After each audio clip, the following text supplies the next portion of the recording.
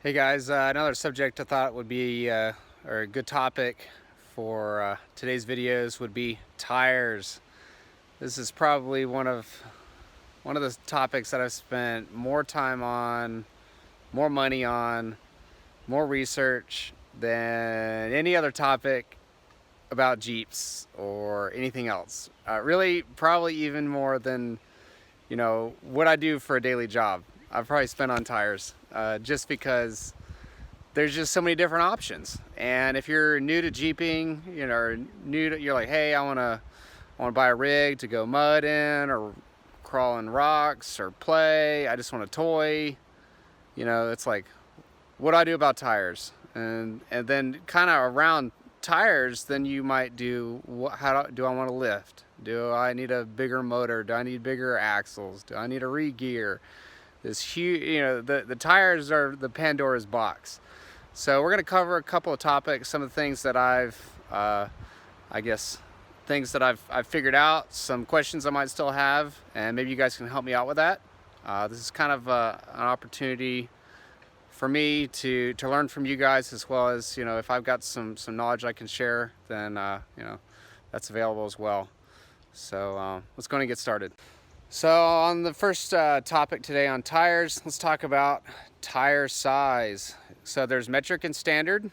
Metric is maybe like a 235 75 15 or 265 70 17. That's a pretty common tire size. Like if you're a Chevy guy, like I have, I've got an Avalanche and an Escalade 03 04 models. The stock tire sizes range in between 265 70 17, 265 70 16. In metric sizes, the rim size is part of the equation, so it actually goes into it's part of the ratio of the 265 70. And the way I will commonly calculate that against like a standard size, like say a 31 10 50 15 or something like that, is I'll just go online and go to like a tire size calculator. That's the best way I can tell you to get a good comparison. It'll show you a visual as well as actual tire dimensions. So that's tip number one. Know your sizes, know how to interchange them in between standard and the metric sizing. All right, let's talk about topic number two, tread and size and sidewall, as well as overall composition.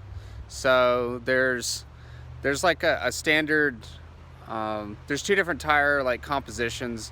One of the older styles was called bias ply tires.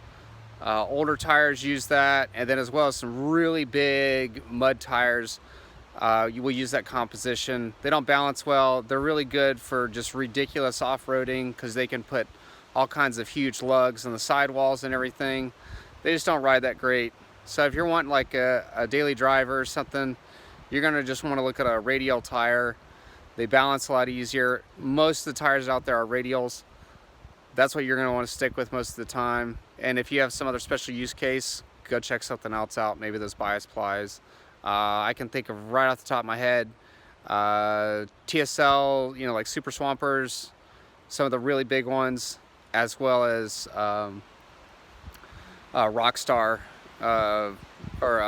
there's another company that makes these crazy mud tires. Either way, unless you're doing that, stick with those radials.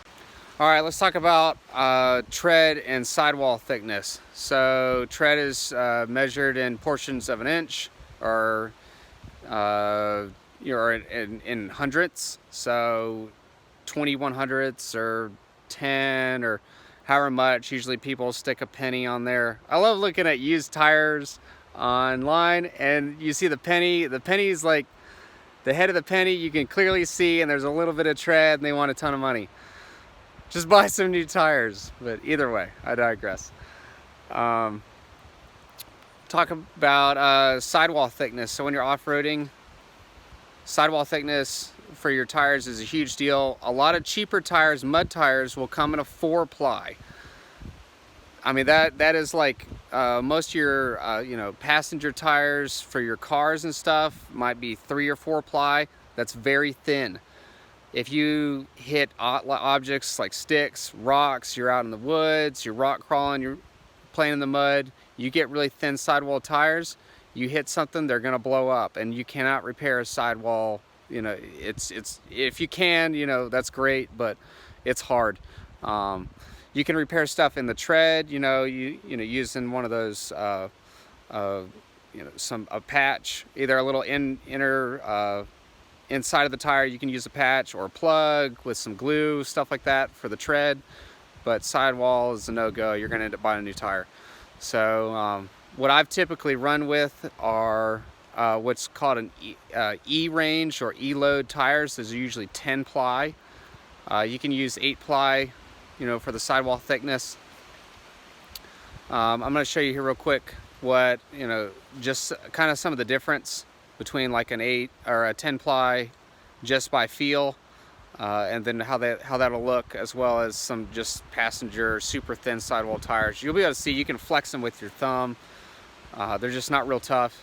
So I try to wheel with those thicker sidewall tires if I can. All right, let's go over some of these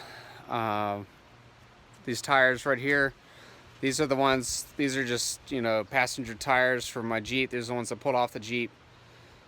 These are super thin sidewalls. Let's go ahead and check them out. So here's another metric, 235, 75, 15. There's your tire size, as it up here as well. But as you can see, I can depress this. These sidewalls are very thin. And not that they're bad tires at all, it's just that, these tires are kind of old, but you just want to be real mindful of the sidewall when you're in the woods. I've seen many times, like, I go in the woods, going to play, and there's somebody on the side of the trail or in the trail. They hit a stick and it just went right through the sidewall. So just something to be mindful of when you're out playing.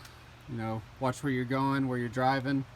If your tires are, can take the abuse that maybe a thicker walled tire would be able to take. Some of those thinner ones won't. Alrighty guys, let's talk about tire size.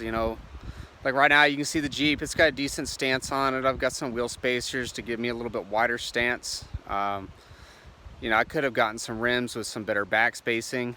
Real quick, back spacing is just the amount of distance from where the wheels will actually bolt up to the axle to the back part of the wheel.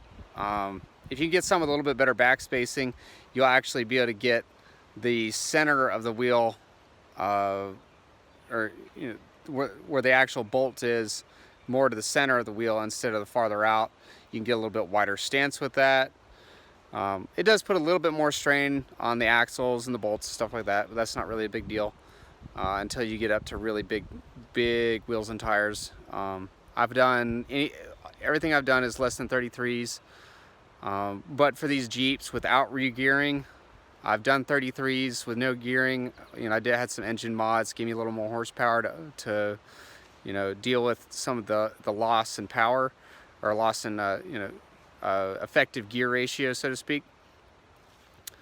So that's definitely something to keep in mind. Is if you're like, hey, I just want something to go play with, I don't want to lift, or I just don't have the money for all that right now.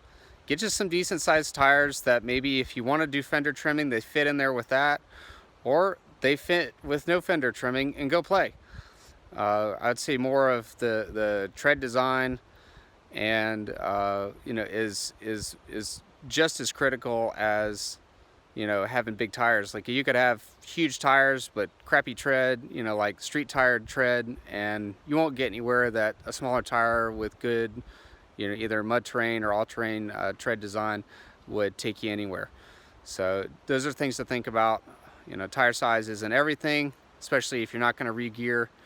A lot of guys will want to just get the biggest tires they can get, and I found that you'll lose a ton of power. Your effective gear ratio goes down to nothing if you throw huge tires on stock axles. A lot of these are on the Jeep is probably a 373 ratio. But that is the effective ratio only if you have the stock tires on there. So that's something else to think about. They just get real laggy. I like a lot of power. I like to be able to crawl up things instead of run the Jeep up or drive up something and risk running into an object at the end of the run. I'd rather just be able to crawl my way around. It's a lot safer that way. But that's also more my style. All right, let's just go and go over these tread right. These are the all-terrain Wardens. So I don't have actual like a tread depth calculator, but as you can see, these are remolded tires, but they have full tread depth. They got nice big depth on the side here on the side lugs. Plenty of tread depth for on the center of the tire on the tread.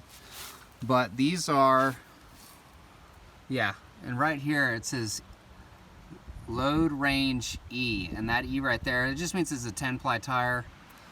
I can't even crush this tire in. I mean, I just got them mounted. They probably got 40-50 pounds in them.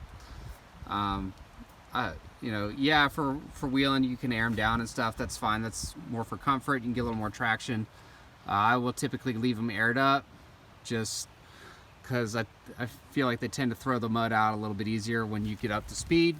That's just kind of personal preference. Air down if you wish. But yeah, these are very hard for me to even push in. A lot of I've got some other tires I'll show you real quick that are pumped up just as well, but they're just so thin that I can manipulate them with my thumb, and it's easy to see even on my buddy's truck yesterday. He's probably he had some Nittos, like Terra grapplers or whatever. They're great tires, but the sidewalls are just not as thick, and I could see them flexing when we were in the woods yesterday. That's just something to be cautious about when you're driving is, are there sticks on the side of the trail that you're going to end up hitting.